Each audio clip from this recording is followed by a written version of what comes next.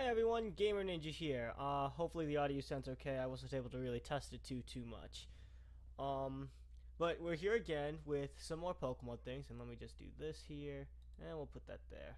Okay, this'll work. Okay, we're doing some more Pokemon, and last time we left, I know it was about a year or so ago, we started talking about playing to your win condition, I believe is what it was, and then I built a team sort of exemplifying that idea around, I believe it was Mega Gallade was my win condition. And while having win conditions are good, and having your ace Pokemon or whatever being the star of the show is fine, you need some supporting actors, right? So how do you determine what type of supporting Pokemon will help fit your winning image? Well, that's hard to say. There are some rules that you can follow and some synergies that you could keep in mind. Obviously, the first one that you can look at is type synergy. Now, type synergy is not just having different types of Pokemon. It's rather having an entire team of Pokemon that have strengths and weaknesses that correlate with each other. For instance, let's take my favorite Pokemon, Lucario. Lucario is a fighting steel type, so that means that its weaknesses are fire, ground, and fighting. So, in an ideal world, I would like to have a Pokemon that could resist all three of those types in order to have good type synergy. And not just for Lucario's sake, whatever Pokemon I pick, I want to make sure that Lucario's typing is beneficial to its partner as well. So, in this case, Latios would work really well. Latios, being a psychic dragon type, is weak to ice, dragon, dark, and ghost. And while Lucario used to resist both dark and ghost, it was much better in 5th gen, I quad resist the ice typing, and then I resist the dragon typing, although I really don't want to be taking hits as Lucario, but that's another story altogether. And even if I get hit by a dark type move, Lucario with the Justified ability, not Steadfast, we'd always use Justified on Lucario, with the Justified ability would get a +1 attack bonus, so even then I still get a boost from it. And I still resist dark type just off of my fighting type, so I have most of Latios' weaknesses covered off of Lucario's types, and Latios completely covers all of Lucario's weaknesses, at least in terms of type. So that's sort of what you want to look at for type synergies, and it's not just offensive but the defensive applications. You could even go a step further and start looking at the types of moves that your Pokemon would run, and that would also play a big part in what Pokemon you choose to run or not. For instance, Lucario's standard set is basically Sword Stance, Extreme Speed, Close Combat, and either Ice Punch, Bullet Punch, I believe is now standard. I think you could also use Iron Tail, I guess, or even you could do something really crazy like Blaze Kick or something. And now, what this means is that depending on what moves you pick, you might not need certain types because you'll have an answer to it. It still helps, but if you're just starting out, just try to keep your weaknesses covered. Good rule of thumb is that if you have only a 2 times weakness, then you should have at least 1 resist for every 2 times weakness, and then you should have at least 1 quad resist for every quad weakness.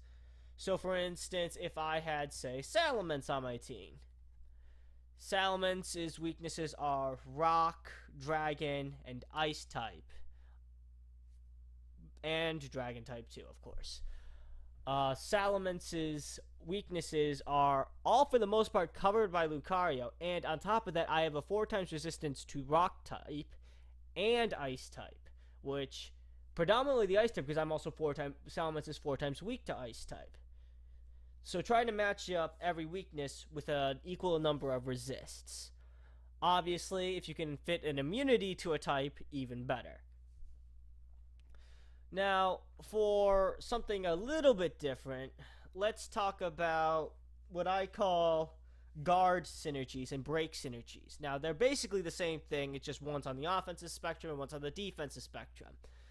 What I mean by guard synergy would be something like Skarmory and Blissey. And this is not regarding type, although type does really help with this. So, for those of you who know, Skarmory and Blissey were and still are two very strong walls that work really well together. Because Skarmory has a stupidly high base defense, and Blissey has a stupidly high special defense. So, depending on which side of the offensive spectrum I am facing, I have a wall for it. Now, again, this is all very standardized and generic, and most people probably know this. But you generally want to try to keep your defense and your offense split between special and physical. And in addition to this, Skarmory and Blissey also represent type synergy as well, with Blissey not giving a care about any of the usually special attacks that are thrown by Skarmory's way, and Blissey being weak to physical attacks are kind of not cared about by Skarmory. In addition, Blissey as a Pokemon is really weak to Toxic and such. If it can't switch out, Skarmory's immune to Toxic, it works out. So this is a bunch of different things that you need to keep in mind. Your base stats and your typing all work well in terms of offense and defense. Now, for breaking synergy, it's the same concept, just applied to offense. Whereas Skarmory and Blissey cover physical defense and special defense respectively on their ends, break synergy is which walls you can break. For instance, Lucario breaks special walls really easily with its base 110 attack and mass and great offensive moves. Now, it has good synergy with Latios, not just because of type, but because Latios hits on the special end of the things, usually.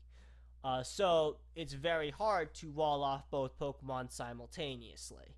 There are some Pokemon who can do both, but generally speaking, those Pokemon won't do either job as effectively as a Pokemon that is specialized towards physical defense or special defense. Some exceptions may apply. Looking at Mega Sableye, because fuck that thing. Anyway, break and guard synergies are probably the most important thing. You can kind of get away without using type synergies if you just play smart and don't do something stupid.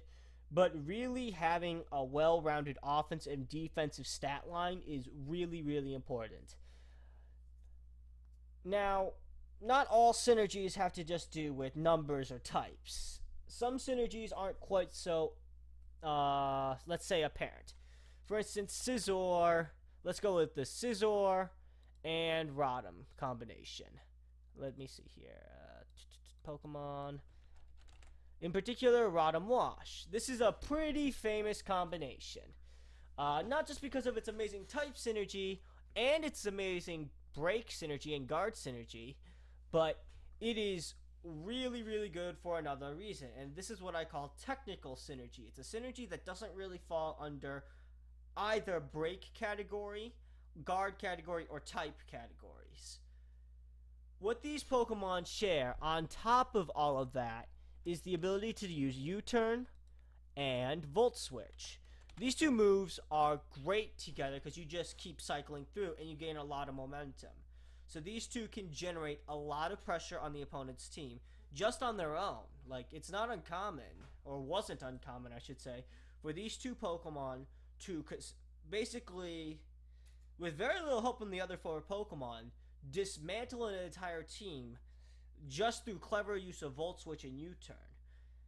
I would even go so far as to say that a perfectly played Volt Switch team or U-turn team is as close to unbeatable as you can get.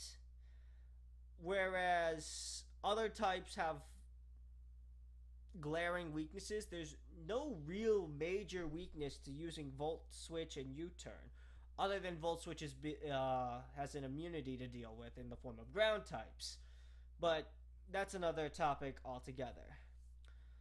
Another example of this synergy would be, let's see here. Let's go with Fortress. Now, Fortress is usually something like this. Spikes, Stealth Rock, we'll go with Volt Switch, and hell, Explosion, or something like that. The important part is that this thing just sets up hazards. Now, this thing actually has some pretty good synergy with a Pokemon known as Bisharp. Now, why is Bisharp such a good thing to go with a hazard setter? Well, its ability is Defiant. Now, what does Defiant do? Well, let's just take a look. Defiant raises a Pokemon's attack stat by 2 if one of its stats is lowered. Some of you is probably already starting to put the pieces together and figure out where I'm going with this. But one of the more common moves to run on either Latios or Latias is Defog, which removes all entry hazards, but it also lowers evasion.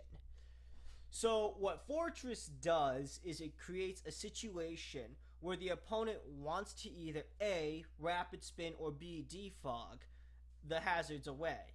In either case, Bisharp is getting a relatively free switch in which case it can just sort of set up and do whatever it wants. Or it's not only getting a free switch in, it's getting a free Sword Stance on the switch in, and then it will just rip through the entire team. There are more synergies like that, and you really need to just sort of take a look at your Pokemon and what your winning image is. And the more you play, the more you'll sort of figure out, okay, this works, but what if I tried using this with that Pokemon using this move? Or maybe if I change my EV spread so my defenses are spread out a little bit more evenly. Or maybe I'm having a bigger issue against, let's say, Mind Shower or whatever, so I amp up my physical defense. There's all sorts of things that you need to do for your team, but you also need to be able to acknowledge that your opponent is also building the team the same way. What I mean is you need to be able to see what your opponent's game plan is and where their potential guard synergies, type synergies, and technical synergies may or may not lie. A lot of this game is decided by the teams that we choose to build, and how we choose to use them isn't nearly as big of a factor as I'd like to admit. I would often put the ratio to be like 60% team building, 30% skill, 10% crit hacks, or hacks in general. It's really important to get your team building down pat. And once you can get your team building down pat, all the technical outplays that you do will follow suit. Because once you know how to build a good team, you know how to dismantle a good team. Anyway, I know this is sort of a long-winded and kind of rushed video, but I hope you all enjoyed it, and I hope you all learned at least a little something regarding the Pokemon team building process, because it is an integral part of the game. It's honestly the part that I have the most fun doing. Anyway, I'm the Gamer Ninja, and I hope you all enjoyed the video, and I hope you all have a great day. Thank you.